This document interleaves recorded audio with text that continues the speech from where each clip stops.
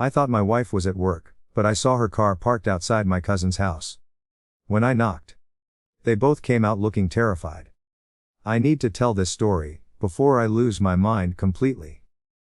3 months ago, I was living what I thought was a perfect, married to Emma for 6 years, 2 kids, Lily is 8, Mason is 5, decent job, house in the suburbs. The kind of people post about on social media with carefully filtered photos and captions, about being blessed. I was the guy who had it all figured out. Until I didn't. It started so small. That's what kills me. It started with Vanessa, a coworker who laughed at my jokes during coffee breaks. She'd touch my arm when she talked. Made me feel seen in a way I hadn't felt in years. Emma was always tired, always stressed about the kids, always talking about budgets and dentist appointments. Vanessa talked about dreams and possibilities. I told it was harmless. That's the lie, isn't it? The one we tell ourselves when we know exactly what we're doing but pretend we don't. The text started innocent. Work stuff. Then memes. Then good morning messages. Then late night conversations about nothing and everything. Emma would be asleep by 9:30 most nights, exhausted from chasing 2 kids around all day. And I'd be downstairs on my phone, smiling at my screen like a teenager. It took 6 weeks before I kissed Vanessa in the parking garage. After a late meeting, 2 weeks after that, we slept together in a hotel room during my business trip to Denver. Emma sent me photos of the kids that night. Mason had drawn me a picture of our family. I looked at it for 30 seconds. Before Vanessa came out of the bathroom wearing the hotel robe. I'm not going to make excuses. I won't blame a midlife crisis or say Emma pushed me away. I made a choice. Multiple choices.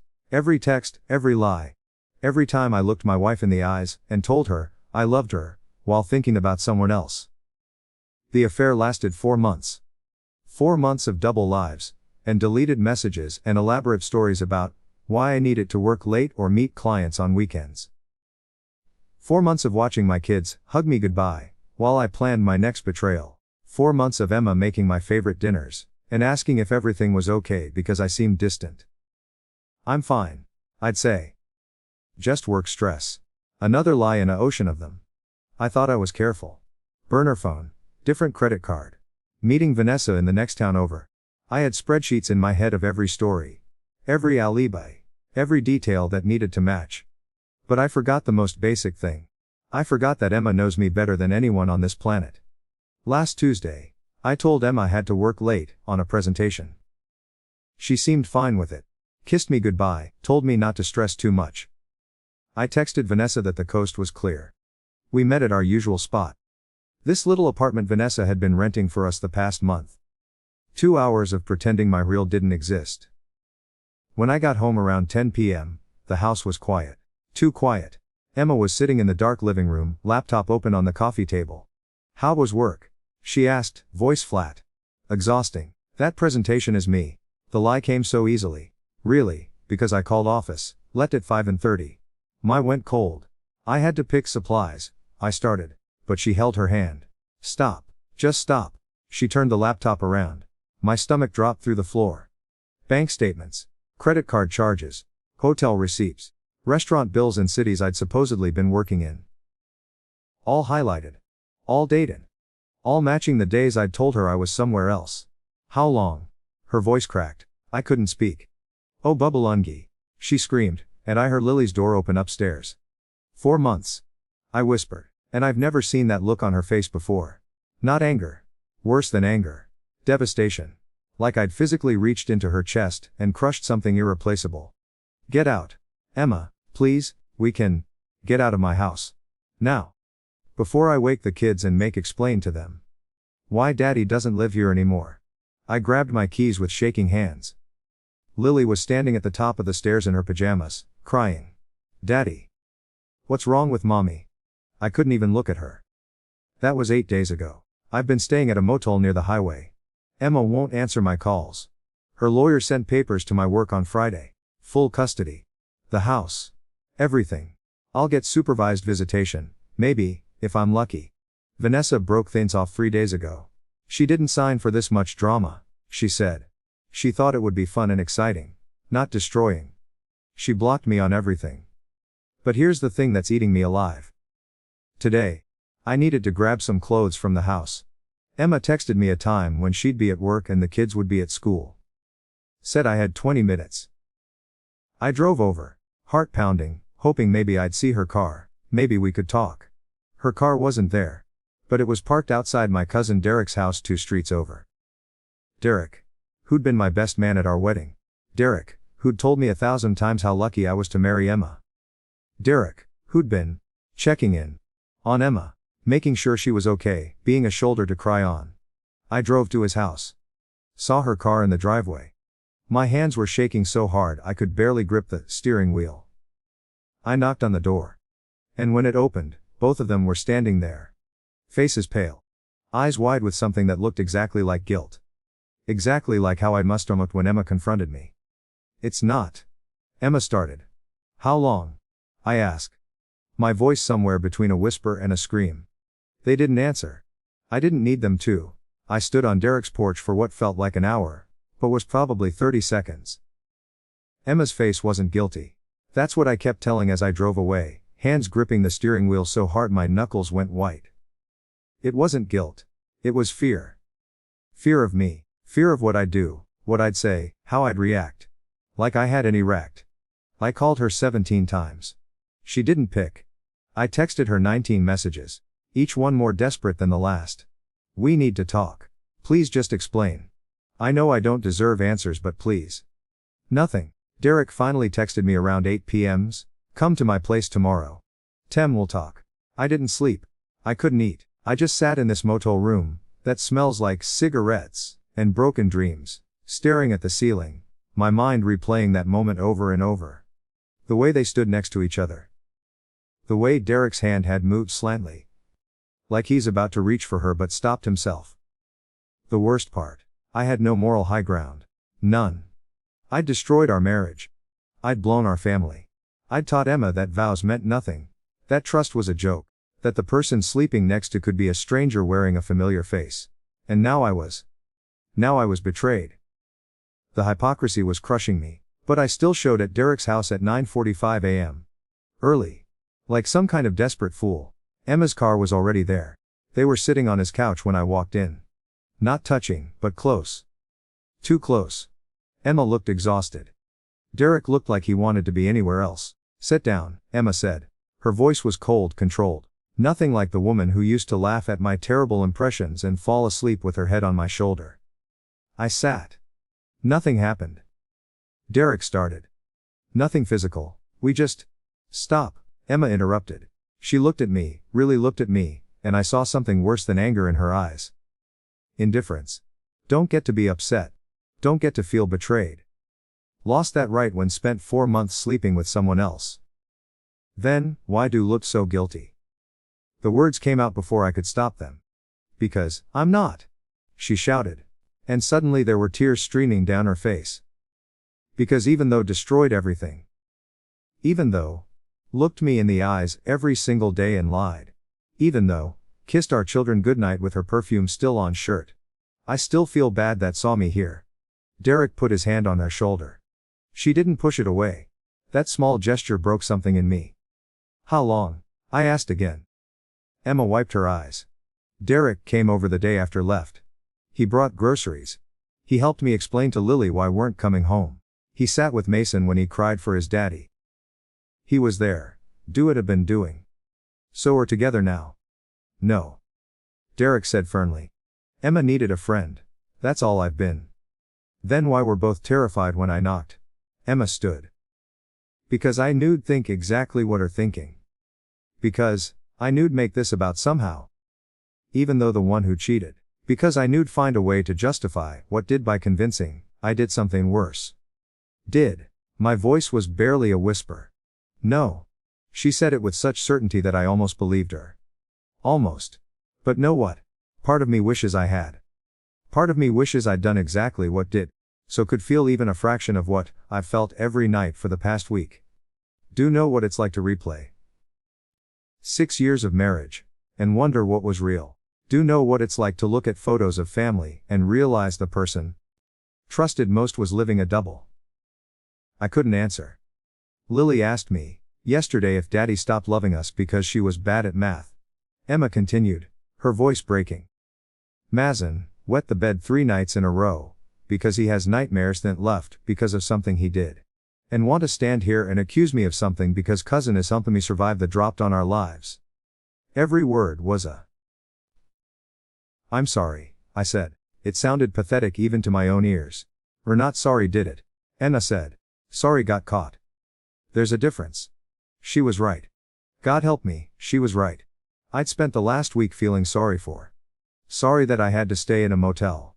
Sorry that Vanessa had dumped me. Sorry that my comfortable had exploded. But had I actually thought about what Emma felt? What my kids felt? Had I truly understood the magnitude of what I'd done? No. I'd been too busy being angry that Emma might have moved on. The divorce papers are final. Emma said. My lawyer will be in touch about visitation. I'll see the kids every other weekend, supervised, until we see how they adjust. I'll pay child support. I'll split retirement. The house is mine, because I'm not uprooting the children from the only stability they have left. That's it? I asked. 6 years of marriage and that's it. Emma laughed, but there was no humor in it. Ended our marriage 4 months ago. Just didn't tell me. She walked to the door. Derek followed her. For what it's worth. Derek said, turning back to me, had everything, man. Everything. And it away for what? Some excitement. Some ego boost. I don't understand. I never will. They left together. I heard Emma's car start, then drive away. I sat in Derek's living room for another hour alone. Staring at a family photo on his wall, from last Christmas. All of us together. Me and Emma, Derek and his girlfriend Sarah, our kids opening presents. Mason was wearing the Batman pajamas I'd bought him. Lily was laughing at something Derek said. We looked happy. We were happy. And I'd destroyed it for hotel rooms and secret texts and the thrill of something new. I found out, 2 days later, why. Emma had really been at Derek's house that day. Sarah, Derek's girlfriend, told me. She was furious with me. Angrier than I'd ever seen anyone. She cornered me at the grocery store near my motel. Emma was at Derek's house because she was having a panic. Sarah said, her voice shaking with rage. She couldn't breathe. She couldn't stop crying. She called Derek, because she didn't want the kids to see her like that. He called me, and I came over. We both sat with her until she could function again. That's what turned into some sordid affair in mind, because can't accept that the only villain in this story. My throat closed. She defended to the kids. Sarah continued.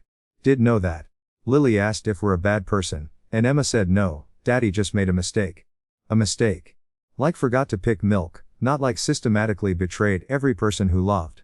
I don't know anything. Sarah me off. Know what Emma told me last night?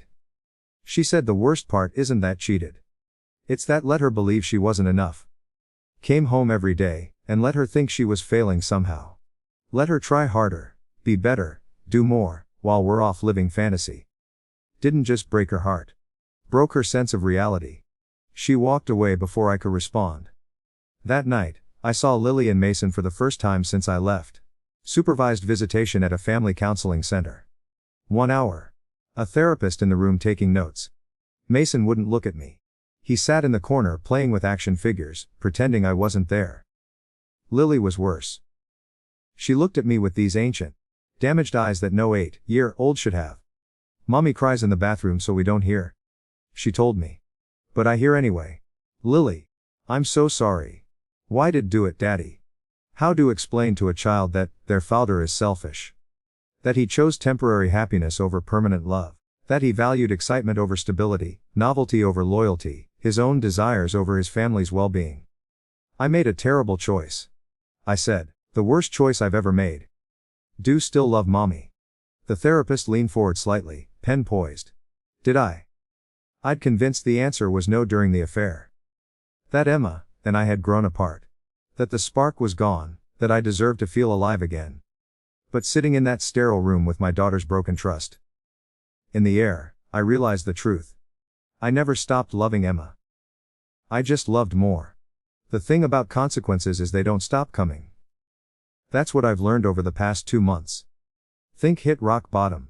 And then the floor drops out again. And again. And again. Mason's teacher called me last week. Well, she called Emma, but Emma forwarded me the email with just 2 words. Fault. Mason bit another kid at school. 3rd time this month. He's never been violent before.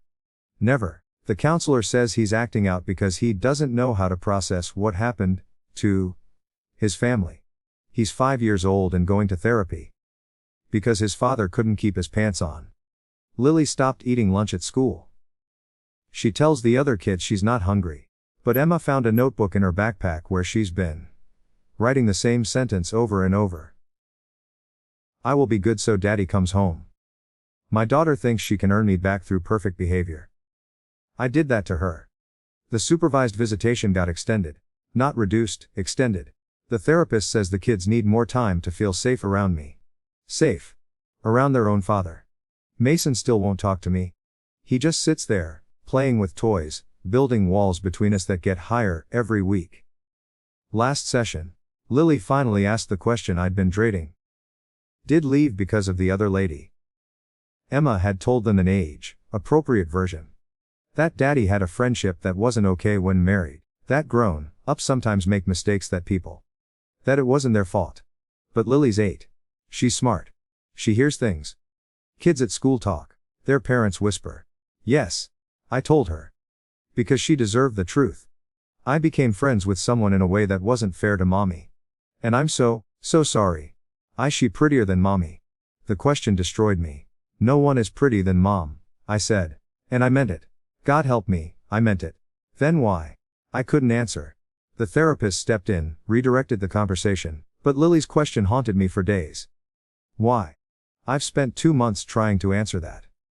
Lying in a motel room, that's become my prison. Staring at water stains on the ceiling. Replaying every decision that led me here. It wasn't that Endel wasn't enough. She was everything. She was Sunday mornings making pancakes with the kids. She was the way she'd curl next to me on the couch, her cold feet tucked under my legs. She was terrible karaoke and inside jokes, and the person who knew I liked my coffee with 2 sugars and remembered to stock the creamer I preferred. She was home. And I traded her for what? For feeling wanted. For ego. For the rush of something forbidden. Vanessa reached out last week. She wanted to talk. I told her to lose my number. She didn't understand why I was being cold. In her mind, we'd had fun, it ended badly. But we were both adults who could move on. She doesn't get it. She never had anything to lose. No kids watching her with broken trust. No spouse who'd built a with her only to watch it. No photos on her from better times. That now feel like evidence of a crime. She got to walk away clean. I'm drowning in the wreckage. Work found out. That's been its own nightmare. Vanessa and I were discreet. But in a company of 200 people, secrets don't stay secret. HR pulled me in for a conversation. They can't fire me for having an affair. But they can make my miserable. I got moved to a different department. No more client-facing work. No more leadership opportunities. I went from being on the partner track to being the cautionary tale people whisper about in the break room. Did hear about Jensen. Cheated on his wife with someone from accounting. Lost everything. Pathetic. I saw my parents last month. I'd been avoiding them. But my mom showed at the motel and refused to leave until I let her in. She didn't yell. That would have been easier. She cried. My mother, who raised me to believe in commitment and integrity and keeping word, sat on my motel bed and cried. Not for me. For Emma. For her grandchildren. For the family photos that would now need explanations. How could? She kept asking. How could do this to them? I didn't have an answer. I still don't. My dad won't talk to me at all. Emma was like a daughter to him. He taught her how to change oil in her car. He built the kids' swing set in our backyard. Our old backyard. The one I'm not allowed to visit anymore. He sent me one text. We're my son, and I love, but I don't like very much right now. That was 6 weeks ago. Radio silence since. The divorce finalized last Tuesday. Judge signed the papers. Emma got everything she asked for. House, primary custody, most of our savings. I get supervised visitation every other weekend and child support payment, so that'll keep me broke for the next 13 years. My lawyer said I could try for more time with the kids, more favorable financial terms. I signed without arguing. It was the least I could do. The very least. Emma brought the kids to my new apartment yesterday. First unsupervised visit. The therapist finally agreed I wasn't a danger to them, just a disappointment. It's a one-bedroom in a complex that smells like old carpet and regret. I bought an air mattress for the kids to share. Put some posters of characters they like. Tried to make it feel less like the sad ending it is. Mason lasted 40 minutes before he started crying for mommy. Lily tried to be brave. She helped me make mac and cheese for dinner. Told me about school. Pretended everything was normal. But when I tucked her in on the air mattress, she grabbed my hand. Air gonna leave again. I'm right here, sweetie. I'm not going anywhere. Said that before. I had no response to that. Because she was right. I'd said it 1,000 times. While texting Vanessa. While planning my next lie. While actively destroying everything we had. Words meant nothing now. Emma picked them early. She came to the door, wouldn't come inside, wouldn't look at me. Mason needs his routine. She said, this is too disruptive. I'm their father, I said. They need me. She finally looked at me then. And the emptiness in her eyes was worse than any anger could have been. They needed when chose someone else. They need now to just not make it worse. She took our kids and left. I found out last week that Emma's been seeing someone. Not Derek, despite my paranoid accusations. Someone from her yoga class. A guy named Thomas who's apparently good with kids and makes her laugh. Sarah told me. Not to me, but because she thought I should know before Lily mentioned it. He seems nice. Sarah said carefully. The kids like him. Emma seems lighter. Like she's remembering who she was before all this. I should be happy for her. She deserves happiness after what I put her through. She deserves someone who'll be faithful, present, honest. Someone who'll be choose every single day without hesitation. But I'm not happy. I'm hollowed happy. I'm watching the woman I love build anew from the ruins I created. And I'm not part of it. I'm the before picture. The mistake she learned from. The story she'll tell someday about the time she on the wrong person. And our kids. They'll grow with 2 houses, 2 Christmases, 2 birthdays. They'll navigate step, parents and half, siblings and complicated holiday schedules. They'll tell their friends casually that their parents are divorced like it's no big deal. Because it'll be their normal. But it didn't have to be. That's what keeps me at night. The knowing. The certainty that every single bit of this pain, this destruction, this reconfigured was completely, entirely, absolutely avoidable. I had everything. I had Emma coming home to me every night. I had Lily showing me her artwork and Mason asking me to read him one more bedtime story. I had family dinners and vacation plans, and a future that stretched out bright and certain. I had a that people dream about. And I ate in the garbage for 4 months of feeling special. People at work avoid me now. Friends stopped calling. Emma's family blocked me on everything. I'm that guy. The cheater. The one who destroyed his family. The cautionary tale people used to scare themselves straight. At least I'm not as bad as Jensen, they probably say. And they're right. I see other families sometimes. At the park, at restaurants, at the grocery store. The dad making his kid laugh. The mom rolling her eyes affectionately at some dad joke. The kids secure in the knowledge that their family is solid, unbreakable, permanent. I used to be that dad. Now I'm the weekend visitor, the apology that's never enough. The ghost of what could have been. Last week.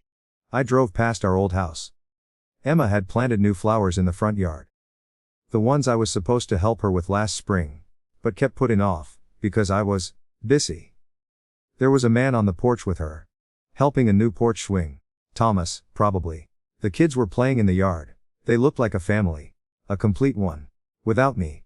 I kept driving. There's no happy ending here. No redemption arc. No moment where everyone forgives me, and we put the pieces back together. This is just my now. Every other weekend dad. The mistake Emma made before she found someone better. The reason my kids will need years of therapy. I did this. Every single bit of it. And I'd give anything. Everything. To go back to that first coffee break with Vanessa and choose differently. To go home to Emma instead. To appreciate what I had before I destroyed it. But I can't. So I sit in this apartment, surrounded by the ruins of my own making. Watching my family become someone else's. Learning the hardest lesson there is. Some mistakes don't get fixed. They just get survived. And sometimes, don't even deserve that much. If we're reading this and thinking about making the same choice I did, thinking that affair's worth the risk, that can have both, that deserve to feel alive again. Can't rebuild what burned down on purpose. And kids will never forget that lit the match.